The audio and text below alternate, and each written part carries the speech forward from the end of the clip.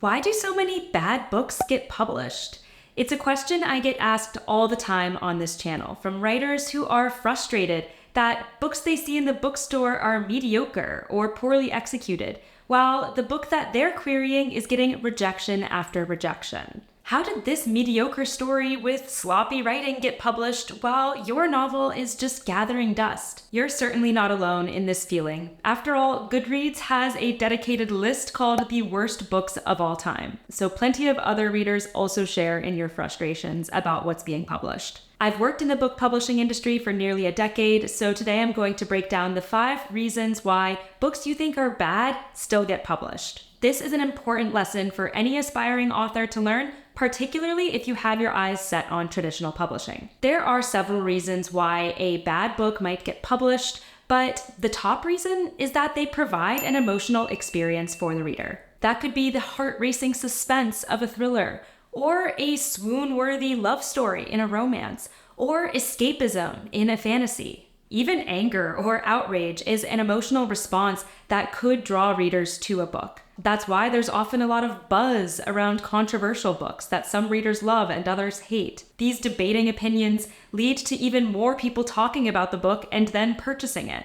How many people read 50 Shades of Grey, for instance, to see what all the fuss was about? Many people often categorize books, and especially novels, as bad if they're unserious or have mass appeal, which tends to apply to books that lean more commercial in genre rather than literary. And if you're not sure what those terms mean, I have another video that breaks it down, so I'll link that in the description. As a book editor, I personally don't agree with the notion that books that are commercial are worse than books that are literary, because these books are serving different functions in the market and targeting different readers. So even if a book isn't necessarily critically acclaimed, even if it doesn't contain the most beautifully written sentences, it can still provide a satisfying reading experience. Not all books have to be incredibly deep, or move the reader to tears, or make them reflect on some major life lesson. If a story taps into some relatable human emotion that readers are excited to experience or curious to explore, then it's probably going to find some amount of success, even if its execution is not necessarily top-notch.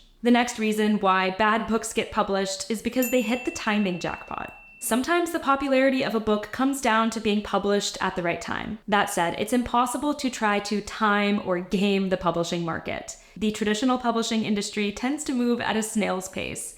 And by the time you secure your literary agent and then get a book deal and finally see your book on the shelf, it could be a matter of years.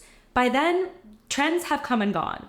There's no telling what specific genres will be trending by the time your book is published, which is why you really can't and shouldn't try to write to trend. That's also why there is an element of luck to publishing. If a bad book is published at the right time and hits on a certain trend, that could contribute to its success. For example, romantasy is a genre that's skyrocketing in popularity right now.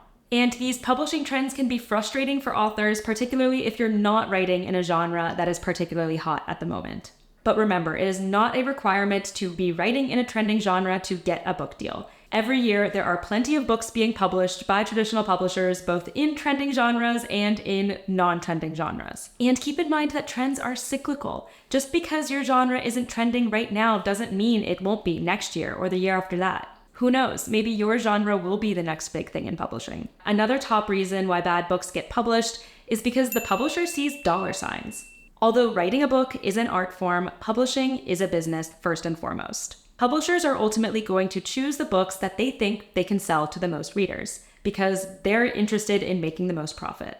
So if an author has a strong platform or a dedicated fan base already, that is going to factor into a publisher's decision on whether to publish that book. That's why you see a lot of celebrities getting book deals, especially in the nonfiction space. On the fiction side, that's why you see series authors dominating bestseller lists and being prominently displayed at bookstores. Go into any bookstore and you'll undoubtedly see books by prolific authors like James Patterson. That's because authors like these have a dedicated fan base who will continue to buy those books again and again and again, no matter what the author puts out next. In cases where an author is already bringing a strong fan base or platform to the table, execution might be lower on the publisher's list of priorities because they know there's automatically going to be a certain number of people who buy the book already. When it comes to debut authors who don't have a platform, Execution becomes higher priority. But I don't want this to scare you off because I promise you do not need a large social media following or platform to get a book deal. In fact, I did a video a couple weeks back demystifying this idea that you need to have a huge social platform to get published, so check that out if this is a fear of yours.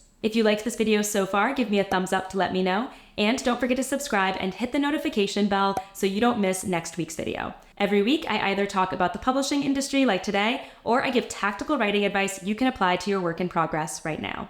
The next reason why bad books get published is because they meet genre expectations. One thing that popular bad books get right is that they target a very specific genre and specific audience. And then they deliver on the experience that readers of that genre are looking for. Readers of certain more commercial genres like cozy mysteries or paranormal romance are going to look for certain beats in their stories. If an author brings a super intriguing premise and has a solid plot, that's likely going to go a long way with those readers, and they may be willing to overlook writing that isn't as strong. People are often quick to condemn books that maybe are more simplistic in their writing style. Again, this applies more to books we call commercial rather than literary, but at the same time, that's what makes them more accessible and appealing to a broad audience. When it comes to commercial genre fiction, sometimes the story and plot hold more weight to a reader than the actual writing style. And finally, bad books get published because what's deemed a bad book is subjective.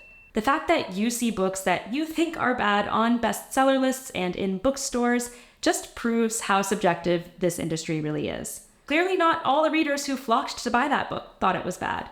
And looking back as to how that book got published, a lot of people had to believe that it had some merit. First the author, of course, then the author's literary agent in the case of traditional publishing, and then their entire publishing team. Every book out there has readers who love it and readers who hate it. Those bad books you personally hated probably have some 5-star reviews.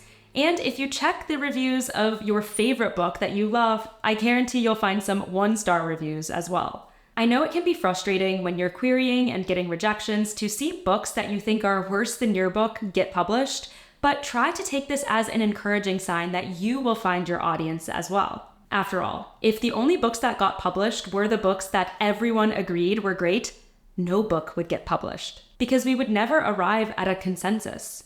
All art, including books, is subjective. So drop me a comment letting me know what book you thought was bad but others loved. And if you're looking for a hands-on exercise to strengthen your own work in progress, check out my story self-assessment resource. The link is in the description below, and it's totally free to access. I created this to help you see your story from a new perspective and take it to the next level, especially if you're interested in publishing. Downloading that is also going to opt you into my newsletter, Chapter Break, where I'm dishing out weekly publishing insights and writing advice from some of the industry's best professionals and authors. If you want to head straight to the newsletter, that link is also in the description. If you liked this video, give me a thumbs up and make sure to subscribe and hit the notification bell so you don't miss out on next week's. Thanks so much for watching and happy writing.